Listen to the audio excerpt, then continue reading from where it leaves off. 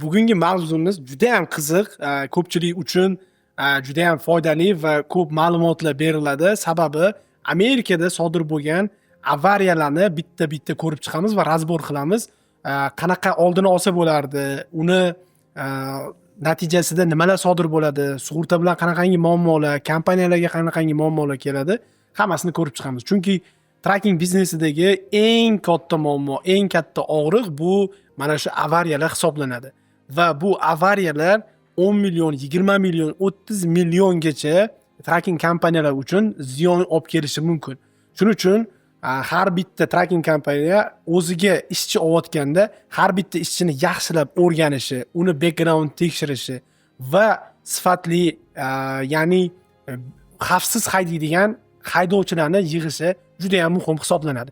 Kelinglar, birinchi videoni ko'rib chiqamiz. Birinchi videoda mana qizil trak ketyapti, o'zini liniyasida, palasasida dirs mana kelib yonidan uryapti. Bokovoy oynadan ko'rishimiz mumkin. Oq mashina kontrolni yo'qotish natijasida o'zini liniyasidan chiqib ketib, qizil trakka kelib urdi. Bunaqa holatda nima bo'ladi degan savol. Bu yerda o'sha mashina aybdor, mashinani auto liability insurance bo'lishi kerak, sug'urtasi, va trakka egasi bemalol o'sha sug'urtaga chiqib buni to'latsa bo'ladi.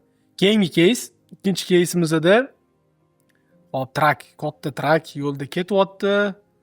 Hop bang, box trak nimagadir bilmayman, mashinani egasi yoki kontrolni yo'qotdi yoki bo'lmasa yo'ldan chiqib ketib qoldi. Mashinasini birdan burib kelib trakka urdi. Bunaqa holatda ham juda ham kamera borligi ish bergan, sababi mana shu trak uchun nariga box trakka haydovchisi javobgar va hamma yetkazilgan zararni to'lab beradi. Bu yerda yana bitta narsa aytmoqchiman. Trakka mana o'zida next base deb yozilgan. Bu yerda tezligini ham ko'rsatyapti. Qanaqa tezlikda ketyapti, ertaga muammo bo'ladigan bo'lsa, uni ham vaqtlari bilan tezligini ham ko'rsatib beradi. Bu ham juda ham zo'r. Hop. Trak ketyapti. Ma'lumcha katta tezlikda ketayotganligi uchun ham to'xta olmadi. Shuning uchun rolni burib yo'ldan chiqib ketib qoldi. Mana ko'rganingizdek, trak va trailer ham empty bo'lgan ekan, bo'sh bo'lgan ekan va keyingisi hop bu yo'lda wow. Mana pick-up trak shundoq yo'l berish kerak bo'lgan joyda, ya'ni T-obraznida to'xtab yo'l berish kerak bo'lgan joyda kelayotgan trakka u yo'lga to'g'ri chiqib keldi va mana accident sodir qilyapti. Buning uchun yana pick-up trak aybdor va uni insuransi qoplab beradi. Wow, mana bu case qaranglar. Bu case'da yo'lda ketayotgan Nissan oldidan balon chiqib qolgani uchun ham yo'lni burvordi va shu bilan anaqani yo'qotdi. Kontrolni yo'qotadi. Yaxshi hamki oldidagi trakka tagiga kirib ketib qolmadi. Menimcha omon qolmas edi agar bu trakka tagiga kirib ketib qolganda. Construction zonadan trak ketyapti, lekin mashina uchib keldi va uni oldida yo'lni yo'qotib avariya qildi. Hop, trak ketyapti. Hop, sekin obgonga chiqmoqchi. Wow. Yo'lni nariyog'idan qormi, shunga o'xshagan narsa uchib kelib, labo'yi sindirdi. Sekin mana to'xtab, mana ko'rishingiz mumkin, labo'yi dabdalasi chiqqan. Bu yerda physical damage qoplab beradi. Keyingi case'imizda bu juda ham Amerikada ham ko'p sodir bo'ladigan case'lardan intersectionda bo'layotgan avariya, ya'ni bu yerda qizil mashina o'tib ketish kerak edi. Pick-up truck adashmasam, pick-up truck bu yerda burilishga haqqi bo'lmagan va burilib o'rgan, shuning hisobiga ham mashinani kelib uryapti. Pick-up truck aybdor bu yerda. Agar injury bo'lgan bo'lsa, juda qimmatga tushadi. Hop, mostdan ketyapti bu yoqda trak. Bu yoqda wow. Pick-up trak yana yo'ldan yo'qotib,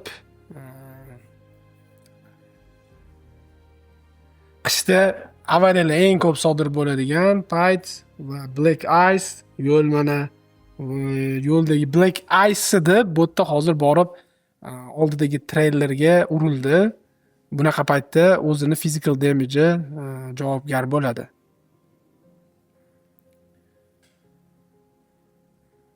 Mana shu case juda ham xunuk, mana ham treyler bo'linib ketib qolgan. Bunisi asosiy sababi yukni noto'g'ri ortishganidan bo'lgan, katta ehtimol bilan.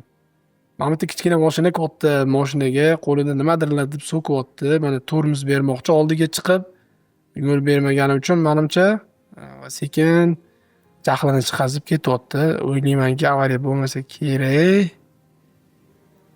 Xo'p, qani kuzatingchi nima bo'lar ekan.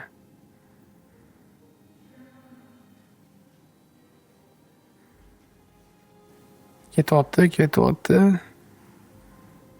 Rasa jahliga tegayotdi ekan bori, tormoz berib. Bunaqangi katta mashina bilan reski tormoz berish bilasizlar, juda ham opasniy va qiyin. Nariga haydovchi bo'lsa, oldiga chiqib jig'iga tegib ketyapti bu yoqda. Ko'ramiz qani nima bo'ladi. Yo'q, avariya yaxshi ham bo'lmadi. Sekin o'tib ketib qoldi. Bu holat Coloradoda A70 da bo'lgan ekan. Bridge ustidan ketyapti, oldidagi mashina SUV anaqani yo'qotdi, kontrolni yo'qotdi, borib urildi. Yaxshi ham trakka yo'liga chiqib ketib qolmadi. Bu yerda undercovermi shunga o'xshab o'tiribdi, mana mashina kelyapti. Voy, juda ham yomon case. Katta trakka tagiga kirib ketib qolgan. Traklarni mana qaylishi shunaqangi qiyin bo'ladi. Juda katta og'ir yuk bilan voy. Qayla olmadi va ag'darilib ketib qoldi, to'g'risi. Bunaqangi yuk bilan unaqa turn qilish katta traklar uchun juda ham muammoli. Shuning uchun bu yo'lda oldindan birinchi navbatda bu yerda sababi vaqtida qayilmadi, ikkinchidan tezligi juda ham katta bo'lgan. Shuni hisobiga dumalab ketib qoldi. Mashinani mana kontrolni yo'qotib qanaqa qilib yo'ldan chiqib ketib qolishi ko'rsanglar bo'ladi bu yoqda. Mana traklar bir-biri bilan pas qilib ketyapti.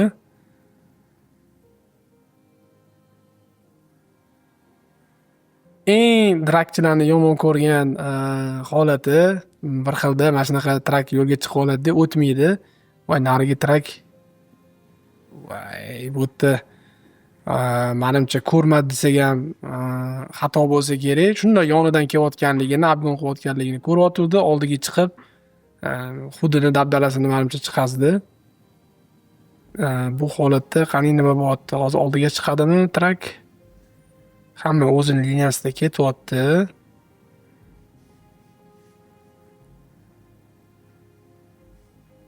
Bu yerda kichkina mashinani aybi, chunki qonun bo'yicha bu yo'lga chiqqandan keyin nariga yo'lga qo'shilish uchun tezlikni oshirib, uni ma'murdan kelayotgan trakka xalaqit bermasdan yo'lga chiqib palasaga qo'shilib ketish kerak edi bu yerda. Xo'p, bu lanedan ketyapti, Mustang yo'ldan kontrolni yo'qotdi. Trakka ham kelib urildi bori. Abjag'i chiqdi bu mashinani. Demak, bu odam driving test qilayotgan ekan Mustangda va anaqani yo'qotib qo'ygan, kontrolni yo'qotib qo'ygan. Xo'p, kechqurun olingan video, kechqurun intersectionga kelib qizilda to'xtayapti. Faqatgina qayrishga hozir unga yo'l ochildi, lekin to'g'riga o'tib ketyapti mana bu trak. Pick-up trak. Qani, mana politsiya kuzatib turgan ekan. Orqasidan quvlashib ketdi. Joyida o'tibdi, o'zi ham politsiya shundoq intersectionda turganda joyida o'tib ketdi. Politsiya orqasidan quvlab ketdi mana. Bunaqada yaxshigina violation oladi bu holatda. Pedestrian o'tadigan joyga odamlarga yo'l berish kerak bu nuqtada va naryoqda construction bo'lyapti. Xo'p, nima sodir bo'lyapti? Odam bu trakidan tushib ketgan, lekin traki naturalda menimcha deda qolib ketgan, shuning uchun ham yurib ketdi. Bitta mashinani menimcha yon tomondan tegmabdi mashinaga. Hech narsa bo'lmadi, yaxshi ham kelib to'g'rilab oldi. Mana bu keysda menimcha baloni chiqib ketadi shu oldinda yurgan mashinani. Oppa, mana balon ketdi, yorildi. Sekin. Menimcha bitta tomonga tortib ketdi keyin. Hech narsa yaxshi ham bo'lmadi. Xo'p, keyingi keysda kunduzi bo'layotgan hodisa truck driver polosada ketyapti o'zini polosasida. Keyingisi buni obgon qilib o'tdi, yengil mashina. Demak, oldida nimagadir ham tormoz beryapti. To'xtashiga ishora qilib tormoz beryapti. Mana to'xtalmar ekan.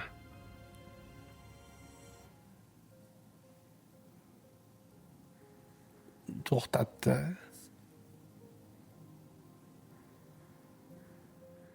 Uni tosh otgan ekan buni mashinasi va uni mashinani windshieldi, ya'ni oynasiga tegibdi. O'shani aytish uchun to'xtatayotgan ekan. Kelasi mana chetda janjal qilyapti. Menimcha katta ehtimol bilan yana politsiya chaqiradi, politsiya report qilishadi va kelisha olmasa agar bunaqa keyslarda shunaqa bo'ladi. Даже shunga ham.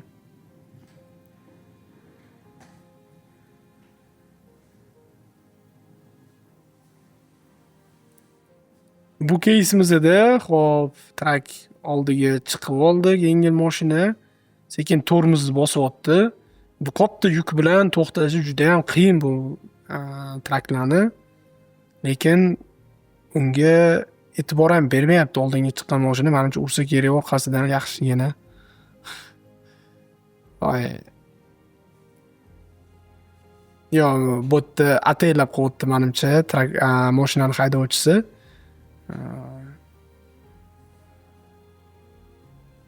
Yomon joyiga tegdi ekan bori. Keyin sekinlashishga harakat qildi trak va uni qo'yib yubordi.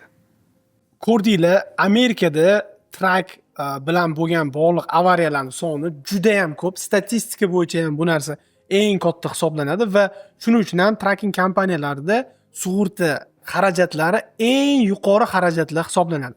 Bu 2026-yilda sug'urta bozori Amerikada yanada muammo bo'lishni boshlayapti va keyingi yildan boshlab ko'pgina trakking kompaniyalar sug'urta bilan bog'liq juda ko'p qiyinchiliklarga duch kelishadi. Shuning uchun ham trak avariya bo'lsa Amerikada nima holatlar qilinadi, shu bo'yicha men video olganman. Hammaga tavsiya qilaman, o'sha videoga o'tib, ya'ni Amerikada trak avariya bo'lganda qanaqangi holatlarni qilish kerak, buni bilib olish kerak, hamma kirib ko'rishni tavsiya qilaman.